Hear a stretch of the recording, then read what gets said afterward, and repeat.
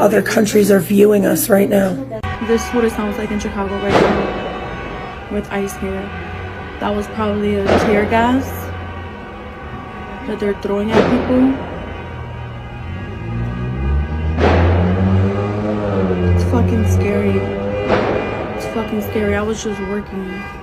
TSA is canceling thousands of flights. It's terrible. I feel like the American people are being held hostage right now. By the government shutdown, we are seeing a historic number of delays and cancellations. Fines for federal workers who have not been paid in over 40 days at food pantries. We're just walking through the food bank line, about to get some free groceries because of the shutdown. Today is only for federal employees and contractors from the federal government. I have never seen anything like going on like this, even with our regular food pantry. It's never been this many people. Worst, in my opinion, is our own president fighting so hard to keep food stamps out of the hands of American people. USDA is telling states to stop issuing full food stamp benefits, and a new directive today warns of serious consequences for states that ignore it. Plus, they're being told to immediately undo full benefits that were issued in November. Our country is being ran into the ground by this man who can't even read.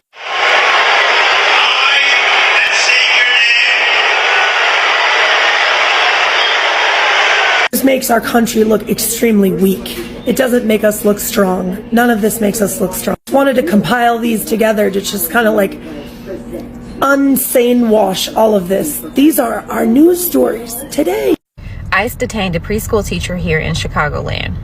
Her name was Diana Galliano, and she was employed at a Spanish immersion learning center. People are upset because ICE ended up apprehending her inside of the vestibule of the daycare center.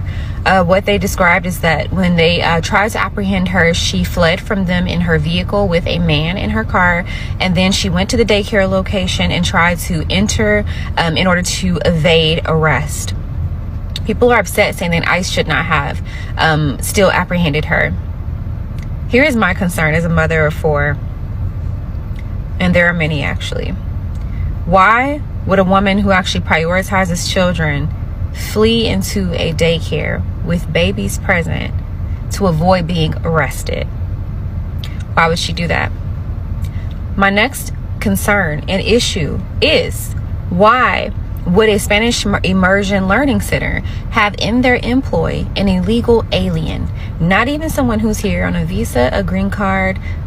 This woman is not documented at all. An illegal alien was in their employ, receiving pay, and with children. And you have no documentation of who she is, what she's tied to, or what risk she may bring with her. When people come into this country, the proper route, they are vetted. There is a process of seeing if they have any criminal issues or concerns that are tied to them. But no, this woman came in across the border illegally, and then also had her children smuggled across the border at a later date. So she abandoned them on the other side of the border and then came here to start working. But she came here illegally and now is working with children. People are paying for their children to be watched by a woman who's not even a citizen. So if something were to go wrong, or if something was to happen at that daycare because of that teacher, how do you think you're going to find her? Do you think it's really easy to find her? An illegal alien working at a daycare? You all are mad about the fact that ICE had to go arrest her at a daycare, when you should be mad about the fact that an illegal alien was working at a daycare. My name is Christian Maxwell, and I'm running for Congress in the 1st Congressional District here in Chicago. These are concerns that I have, not only as a person running for Congress, but as a mother of 4. We should not have illegal aliens working with our children. That is not okay. I came across this video of this teenager who's in high school in tears at a city council meeting because his parents are terrified to leave his house.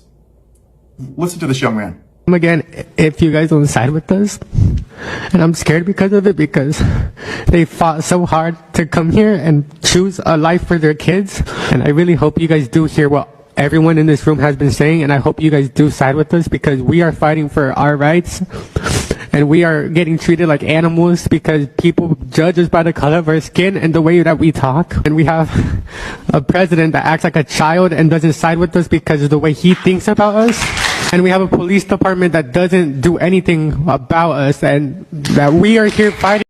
Hello brothers and sisters, welcome back to the channel. I'm hoping that you're doing great from wherever you're watching from. As you know, I'm your number one host and presenter at Stories. Now there's something that I want to say, something that I want to talk about that I believe it's really true, and you can confirm with me.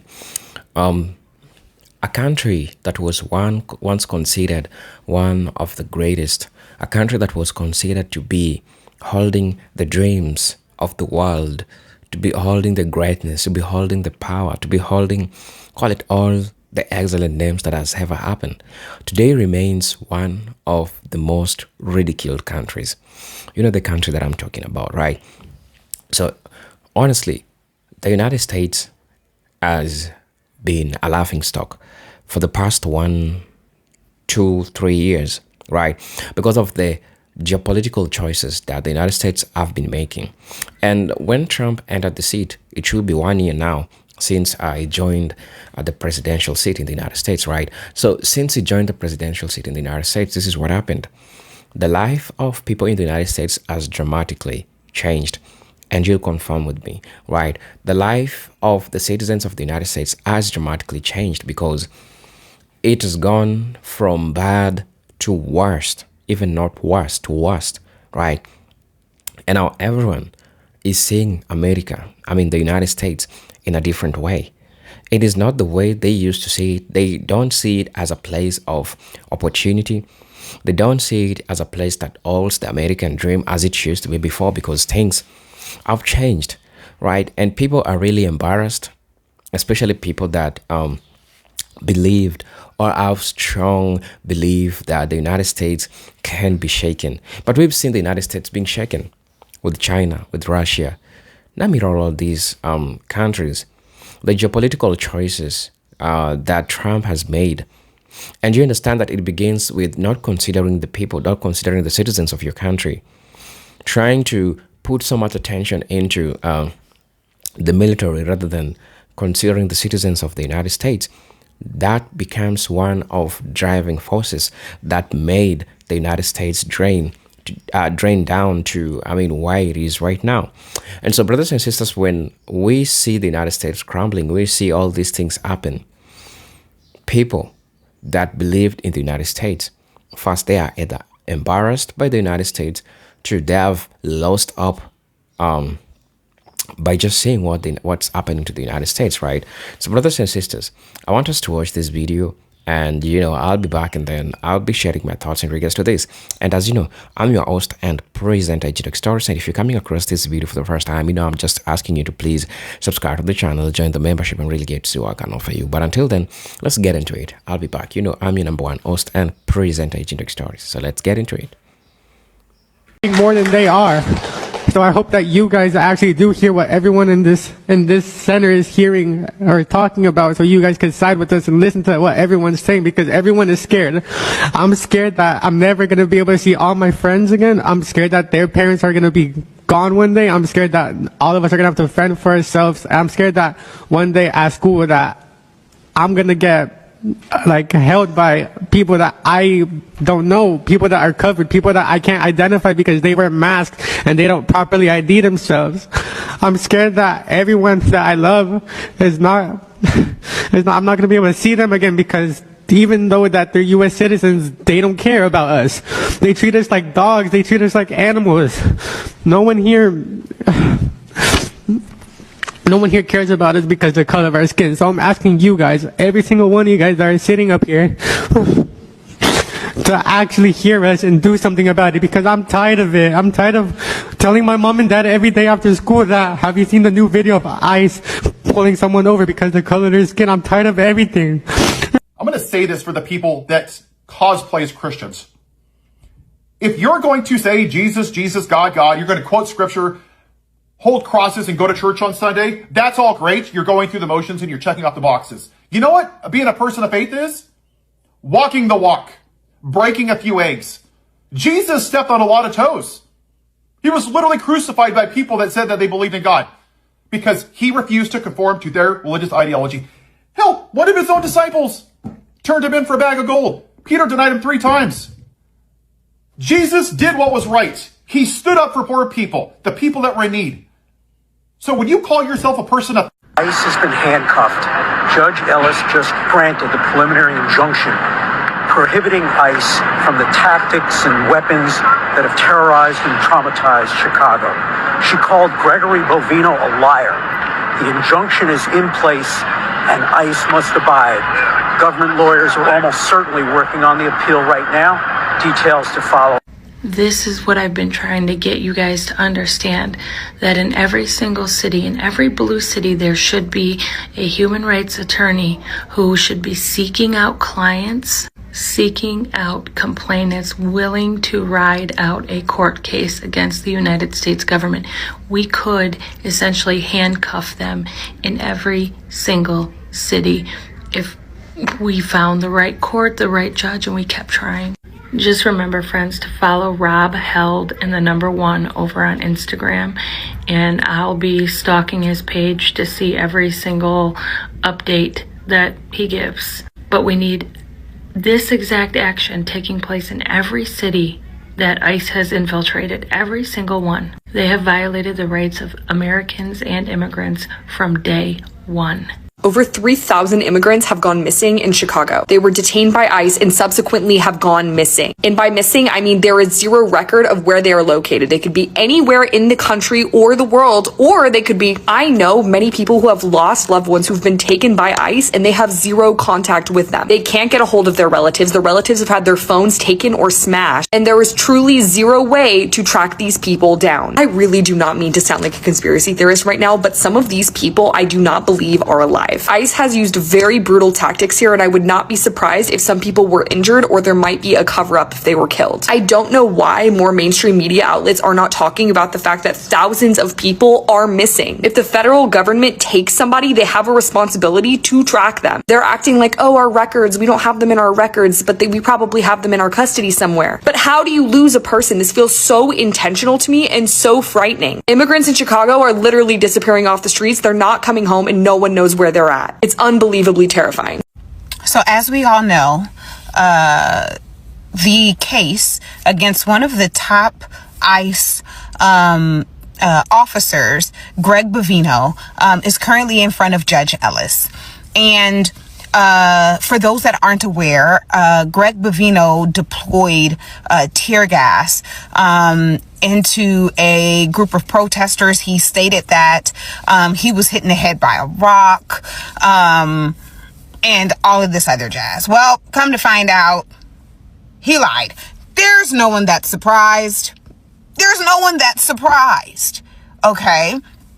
But what Judge Ellis ends up doing is she ends up putting an injunction against the Chicago ICE facility, essentially mandating that they have to give 2 warnings before deployment of any type of riot gear.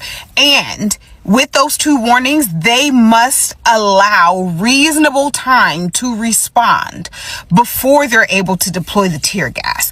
She states that she believes that protesters were indeed retaliated against and brutalized because they were exercising their constitutional right. She also found out once again that you're a liar, okay? And whatever it is that the defense was saying, right, which they essentially said that, hey, this injunction is overreach. And she's like, it's not. I didn't tell you guys who to hire or anything like that. What I told you is that you cannot use brutalized force in Chicago. And we all know that there's been these mass deployments all over the place, right? DC, we were the first, right? However, the brutalization that's happening in Chicago is egregious. Concurrently, at the same time, there's another case of an ICE agent that shot a citizen by the name of Martinez because he said he was coming after me with his vehicle. His text messages then show that he was bragging about shooting, having 7 shots and the man having 5 holes.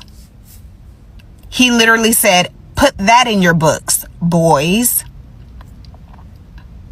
So we see that there is this egregious use of force inside of Chicago that is literally causing more physical, more bodily harm, and blatant at that, within a city that is heavily minority populated and black populated.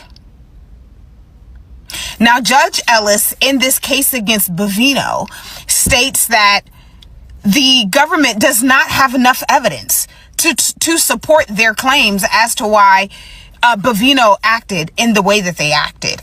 And the reality is this, right? Which I am hoping this begins to sweep across the nation. ICE, you're not safe, darling. Same exact thing with the military that decides to carry out orders that are unlawful. You're not safe from prosecution. You're not safe from being found guilty, and you're also not safe from going to jail. Prison. Not abuse of power. And the crazy part is that a lot of these guys already have power-hungry issues. You're already power-hungry. You already have problems in that department. Okay? Beyond the fact that they sat up here and opened up the requirements for ICE agents, and we found out that y'all can't even run suicides without huffing and puffing. You're out of shape.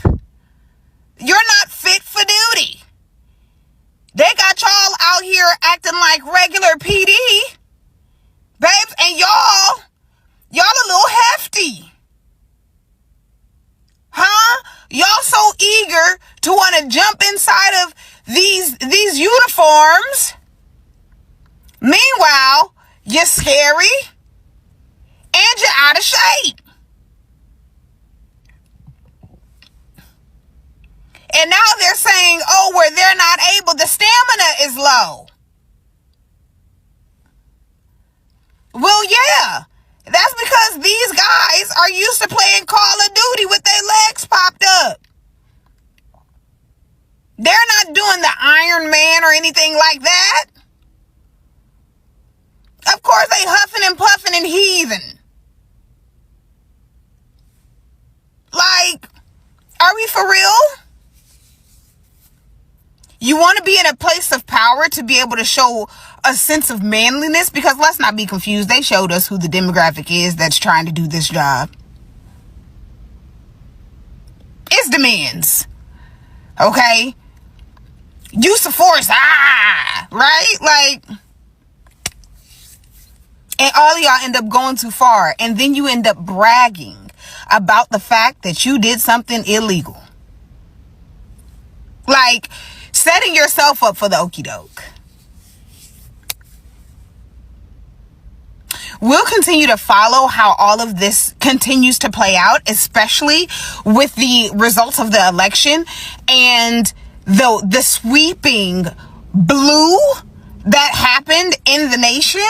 You better believe that there will be more and more local and state governments that push back against the occupation of ICE within their state boundaries, within their state territories. And also, we gonna go ahead and rock 'em, sock 'em, lock 'em. Hello, brothers and sisters. Welcome back to the channel. I'm hoping that you're doing great from wherever you're watching me from. Again, I'm your host and presenter, Docu-Stories. Right now, the concept of embarrassment that the United States is having today, Trump just exposes and embarrasses white Americans. And this shows a larger crisis of national identity in the United States. For decades, much of America's self-image rested on being the world's most powerful, stable, and prosperous nation. An image built on military dominance, economic might, and the myth of American exceptionalism. Trump did not create the internal decay, but he made it visible, raw, and impossible to hide from the world. His presidency revealed how fragile American democracy truly is, right? How divided the population has become. How divided the population has become, and how deeply racial resentment has been buried under the illusion of national unity. As a result, America's global image shifted from respected superpower to a country consumed by polarization, chaos, internal dysfunction, right? Now, Trump's rise was itself a symptom of a deeper crisis within the white America. For generations, white Americans, especially the working class, were taught that the systems inherently favored them.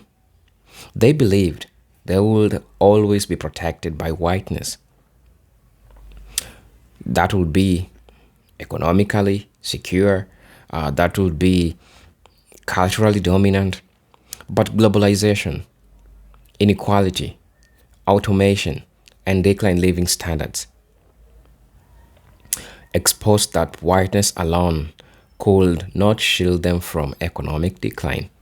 Trump tapped into those fears with promises to restore greatness, but instead, he magnified the anxiety and showcased to the world how badly white Americans had been misled by political myths. Also, his presidency revealed a population desperate for reassurance, clinging to conspiracy theories and turning their anger inwards on their own country. Also, talking about all this decline that we are seeing, talking about America's economic decline also became embarrassingly visible. Once seen as the land of opportunities, the country now struggles with homelessness, unaffordable housing, rising poverty, collapsed social services, and millions unable to afford basic necessities like rent, healthcare, food, right? Now, Trump policies, this includes the tax cuts for billionaires, weakened welfare program, and the rollback of social safety nets accelerated this decline. When even white America, long considered the protected group, began facing homelessness, dying deaths of despair, and loss of faith in the system, the world began to see America not as a model nation, but as a falling empire. These exposed the hypocrisy of a country that once lectured others on democracy and prosperity. Globally, right, Trump eroded America's credibility. Traditional allies lost trust in the U.S. leadership as Trump insulated NATO, abandoned international agreements, and praised authoritarian leaders. The image of America as the leader of the free world was replaced with viral scenes of political incompetence, violent protests, Capitol riots, and reckless decision-making. For many around the world, this was not just Trump's personal embarrassment, because it reflected a deeper weakness in the American political system, revealing that a single individual could destabilize institutions that were supposed to be unshakable. The world watches a superpower behave like an insecure, divided nation, unsure of its own future, right? So at the psychological level, Trump made the racial contradictions of America impossible to hide. The idea that white Americans were always unified, rational, and morally superior collapsed before the world's eyes because his supporters embraced conspiracy theories, racial nationalism, and anti-immigration rhetoric, revealing the insecurity beneath America's whiteness. The Capitol insurrection on January 6th became the most symbolic moment. White citizens attacking their own government in an attempt to overturn democracy. This exposed a truth many nations already suspected, that America's racial hierarchy was built on fear. And when that hierarchy felt threatened, instability followed. right? Meanwhile, Trump's presidency intensified the suffering of everyday Americans. Instead of addressing homelessness, opioid addiction, medical bankruptcy, and unemployment, it treated these issues as political noise rather than national emergencies. Millions of Americans, white, black, Latinos, found themselves unable to afford rent, healthcare, or groceries in a country that claims to be the richest on the earth. This mismatch between America's self-image and the internal reality made the country look chaotic and incompetent on the global stage. Foreign observers started describing the US as a third world country with first world military, a nation where infrastructure is crumbling and citizens suffer. And now, ultimately, you get to understand that Trump did not destroy America's reputation. He revealed the truth about it. He exposed the myth of American greatness, the fragility of white privilege, the weakness of U.S. institutions, and the deep suffering of ordinary people. What embarrasses many white Americans today is not about Trump behavior, but the recognition that the world now sees America clearly, a divided, unequal, struggling nation that failed to live up to its own mythology. The global respect America once enjoyed has been replaced by pity, criticism, and disbelief.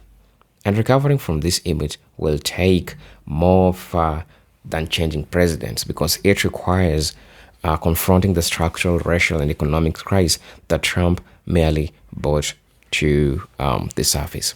So brothers and sisters, please let me know what you feel and think about this video. As you know, I'm your host and presenter Ejidok Stories, but until then, let me see you in my next video. Peace, love, and harmony. Salute.